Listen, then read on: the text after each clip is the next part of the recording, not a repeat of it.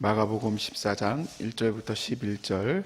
이틀이 지나면 유월절과 무교절이라 대제사장들과 서기관들이 예수를 흉계로 잡아 죽일 방도를 구하며 이르되 밀란이 날까 하노니 명절에는 하지 말자 하더라. 예수께서 베다니 나병 환자 시몬의 집에서 식사하실 때에 한 여자가 매우 값진 향유 곧 순전한 나드 한 옥합을 가지고 와서 그 옥합을 깨뜨려 예수의 머리에 부으니 어떤 사람들이 화를 내어 서로 말하되 어찌하여 이 향유를 허비하는가? 이 향유를 300데나리온 이상에 팔아 가난한 자들에게 줄 수 있었겠도다 하며 그 여자를 책망하는지라. 예수께서 이르시되 가만두라. 너희가 어찌하여 그를 괴롭게 하느냐? 내가 내게 좋은 일을 하였느니라. 가난한 자들은 항상 너희와 함께 있으니 아무 때라도 원하는 대로 도울 수 있거니와 나는 너희와 항상 함께 있지 아니하리라. 그는 힘을 다하여 내 몸에 향유를 부어 내 장례를 미리 준비하였느니라. 내가 진실로 너희에게 이르노니 온 천하에 어디서든지 복음이 전파되는 곳에는 이 여자가 행한 일도 말하여 그를 기억하리라 하시니라. 12 중에 하나인 가룟 유다가 예수를 넘겨주려고 대제사장에게 가매 다 함께 그들이 듣고 기뻐하여 돈을 주기로 약속하니 유다가 예수를 어떻게 넘겨줄까 하고 그 기회를 찾더라. 아멘. 우리가 살면서 여러 가지 준비를 합니다. 지난 토요일 날 홍성에 있는 이제 결혼식장에 가서 이제 새 신부하고 같이 사진을 찍는데 제가 옆에 앉아서 그랬어요. 아유, 너무 축하한다고 이렇게 전했더니 저한테 그러더라고요. 2번은 못하겠다고 너스레를 떨더라고요. 얼마나 웃기든지 결혼식 준비하는 게 무척 고달프냐 그랬더니 아니라고, 하루하루 즐겁고 행복했고 또 오늘은 특별히 그 은혜의 날이라서 감사하다고 그렇게 얘기를 합니다. 사실 이 결혼 준비할 때는 이제 날짜를 잡아놓고 할 수밖에 없어요. 예식장이 구하기가 어렵고 또 그렇기 때문에 시간까지 다 정해져서 아주 설레는 마음으로 준비를 합니다. 근데 이 죽음은 예상할 수가 없기 때문에 장례를 준비하는 사람은 거의 없죠. 거의 없고.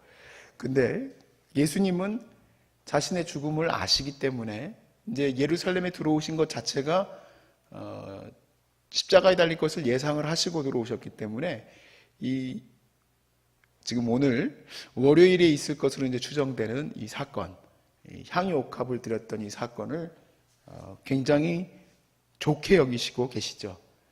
이 부부는 이제 향유 옥합을 드린 그 장면인데 그걸 칭찬하셨습니다. 칭찬하셨는데 사실 이 향유는 시신을 위해서 준비하는 겁니다. 이제 성경 말씀에 보니까 향유를 들 때는 이제 특별히 살아있는 사람한테 준비하지는 않습니다.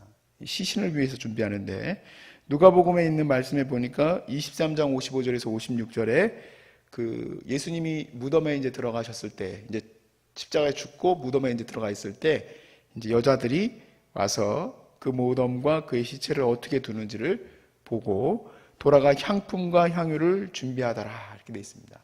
향품과 향유를 준비해서 이제 안식일에 쉬고, 왜냐하면 금요일에 십자가 달리셨죠. 그리고 나서 그 향품과 향유를 이제 준비를 했어요. 아, 이제 예수님 여기 무덤에 이제 넣었구나. 그 다음에 토요일 날 안식을 하고 그 다음 날 이제 가기로 했는데 그 다음 날 이제 예수님이 부활하신 거죠. 그게 안식 후 첫날이죠. 그래서 사람들에게는 사실 이 향유는 이스라엘의 관습에 따라서 우리에게는 전혀 없는 관습인데 이스라엘에게는 장례를 준비하는 관습인 거죠. 향유를 준비했다가 안식 후 첫날에 이제 가서 그 향유를. 그런데 이 여인이 한 행동은 그거를 염두하고 한 것은 아닐 겁니다. 어찌됐든 자기에게 가장 가치 있는 것들을 부었어요. 오늘 보니까 300데나리온이 넘는 가치를 갖고 있는 이 향유를 예수님께 다 쏟아 부었어요. 그랬을 때 어떤 사람들이, 거기에는 이제 다른 복음서에서는 이제 가룟 유다가 나오죠. 가룟 유다가 그 일을 했죠. 아니 이 300데나리온이나 되는 거를 팔아다가 가난한 사람들을 도와줬으면 더 많이 도와줬을 것을 어떻게 예수님한테 그냥 다 부어가지고 그냥 한꺼번에 없애버렸냐 하는 이 책망을 합니다. 예수님이 8절에 이렇게 칭찬하죠. 그는 힘을 다하여 내 몸에 향유를 부어, 힘을 다하여 내 몸에 향유를 부어 내 장례를 미리 준비하였느니라 그럽니다. 사실 죽음 앞에서 어떤 사람도 현실적인 것이 중요하게 여겨지지 않습니다. 제가 여러분과 함께 이 사역을 같이 감당하면서 느끼시겠지만 현실적인 것, 즉 내일 스마트폰이 더 좋은 게 나왔는데 그 스마트폰 더 좋은 거를 사야지, 이런 것들은 아무 상관없습니다. 스마트폰이 옛날 거든 오늘 거든 아무 상관이 없어요. 그들에게 제일 중요한 것은 그들이 원하는 게 중요한 거. 그들이 원하는 게 중요하더라고요. 그래서 보호자들이, 환우들이 원하는 것이라면은 뭐든 최선을 다해서 섬겨주더라고요. 사실 예수님께서 십자가에 달려서 죽으실 때 사명을 다 마치신 것 아닙니까? 예수님께서는 십자가에 달리시는 사건은 사명을 다한 일이에요. 그리고 하나님이 자기를 살려주실 것도 알고 계세요. 그래서 내가 3일 만에 다시 지으리라고 몇 번을 얘기를 하셨기 때문에 예수님은 부활하시고 나서 다시 이제 제자들을 만나러 오실 거예요. 그러니까 향유라는 건 뭡니까? 썩어 없어질 것을 위해서 붓는 것이 향유인데, 예수님이 그렇게 얘기하실 수도 있거든요. 야, 나는 어차피 부활할 건데 뭐하러 향유를 나한테 붓냐? 나한테는 그런 거 할 필요 없다. 할 수도 있어요. 근데 이렇게 보니까 예수님은 자신의 그 죽음을 깊이 받아들이신다는 게 제게 여기서 느껴지더라고요. 이거는 뭐 주석에도 찾을 수 없는 생각이고 그렇습니다. 그냥 이 사명 감당하다 보니까 예수님이 죽음을 진짜 깊이 받아들이고 계시는구나.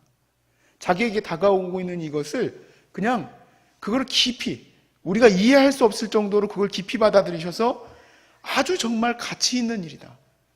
그 여인이 한 일이, 내게 한 이 일이 정말 가치 있는 일이다. 너희 주변에는 가난한 사람이 많지만 이 가난한 사람을 위한 일은 나중에라도 언제든지 할 수 있는데, 나의 이 깊은 이 일을 기념해 주는 것이, 또 생각해 주는 것이 아주 좋은 일이다. 그렇게 얘기를 합니다. 여러분들 그 생신은 얼마나 중요한 날입니까?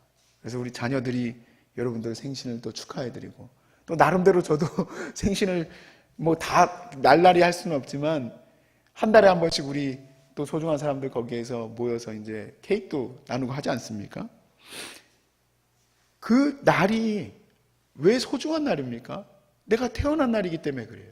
근데 그보다 더 깊이 있는 날이, 더 소중한 날이, 더 가치 있는 날이 주님 만날 그 마지막 날이구나.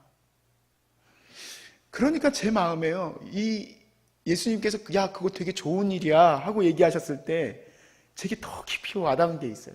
뭐냐면 우리 기독교인들이 항상 죽음을 생각했을 때, 마지막 날을 생각했을 때 어차피 우리 주님 부활하시고 우리도 부활해서 다시 만날 겁니다. 죽음을 마치 이렇게 그냥 쓱 지나가야 하는 것들로 생각할 때가 제가 조금은 있었던 것 같아요. 그런데 이 말씀을 보니까 아니에요. 그 각 사람, 특별히 예수님도 이렇게 귀하게 여기셨으니 얼마나 그 각 사람에게는 생일보다도 더 중요한 날이겠습니까? 얼마나 이것이 소중한 날일까? 보호자들에게도 이 날이 얼마나 소중한 날일까? 이 지금 많은 현상들이 일어나는데 생일도 있고, 그 사람에게는 뭐 특별한 뭐 결혼 기념일도 있고, 무슨 일도 있고, 무슨 일도 있고, 여러 날들이 있고, 여러 이벤트가 있지만 그 모든 인간사의 이벤트 중에서 가장 중요한 일이겠구나. 예수님도 300데나리온이나 되는 이거를 깨트린 것에 대해서 그만한 내가 가치를 누리는 날이다.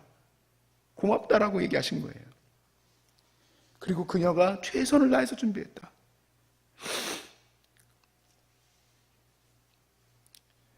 그래서 제가 이 말씀이 제 말씀이 됐습니다. 사실은. 이게 월요일 날 있던 날이지 않습니까? 그래서 매주 월요일이면 내가 이 마음을 다시 회복해야겠다는 생각을 했어요. 내 마음에 작정하기로 했습니다. 뭐냐면 월요일이면 그래, 이 여인이 주님의 장례를 이렇게 귀하게 여겼던 것과 같이 내가 이 모든 것에 대해서 얼마나 귀하게 여겨야 될지 깨닫게 된 거예요. 여러분, 감사할 일이 있습니다. 뭐냐면 예수님은 우리가 이 여인처럼 섬길 수 없어요. 그런데 예수님이 이렇게 얘기하셨어요. 지극히 작은 자 하나에게 한 것이 곧 내게 한 것이다. 근데 우리는 이 소중한 일을 두 개를 다 합니다. 가장 가난한 자들을 위해서 헌신하고, 또 그리고 가장 힘겨운 시간을 겪고 있는 사람들에게 우리가 언제든지 이 여인과 같이 우리가 가진 향유 옥합을 깨뜨릴 수 있는 그러한 기회를 우리에게 주셨다는 거죠. 9절 말씀에 예수님이 이렇게 얘기하죠. 내가 진실로 너희에게 이르노니 온 천하에 어디서든지 복음이 전파되는 곳에 이 여자가 행한 일도 말하여 그를 기억하리라 하시니라. 저는 예전에 이 말씀을 볼 때 고난주간의 첫날 늘 그래 맞아, 이 여인은 이런 일을 했지, 옥합을 드렸지, 그러니까 우리도 옥합을 드리는 삶을 살자, 이렇게 설명하면 되겠구나 생각했었습니다. 근데 저희들에게 이 사명이 바뀌었어요.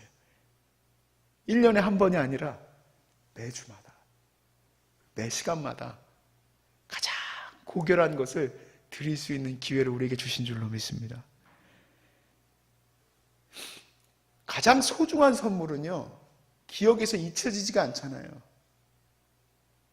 그런데 아무리 소중한 것을 주어도 많은 걸 누리는 사람, 바쁜 사람, 시간이 없는 사람들은 선물 준 것도 기억을 못하죠. 그런데 예수님은 이 향유옥합을 자기만 기억할 게 아니라 앞으로 복음이 전파되는 모든 곳에서 기억될 것이다라고 축복하셨어요. 얼마나 좋으셨는지, 그게 얼마나 기특했는지, 그게 얼마나 예수님의 마음에 위로가 됐는지. 야, 내가 가장 그 인생 가운데, 사실 그분하고 저하고 만난 거는 40년을 살았든 70년을 살았든 80년을 살았든 만난 적은 없어요. 근데 그 마지막 날 내가 그분과 만나서 가장 소중한 걸 줄 수 있구나. 사실 여러분이 한번 만나서 기도 한번 해주시는 거, 또 여러분이 만나서 힘 있는 말을 한번 해주시는 게 그들에게 얼마나 큰 소망일까, 큰 힘이 될까, 저는 상상도 못했어요. 근데 예수님이 이렇게까지 축복할 수 있을까? 저는 성경에 예수님이 이렇게까지 축복한 사람을 본 적이 없어요. 얼마나 마음이 흡족하셨는지 복음이 전파되는 모든 곳에서 이 여인이 한 일이 기억되리라 그랬어요.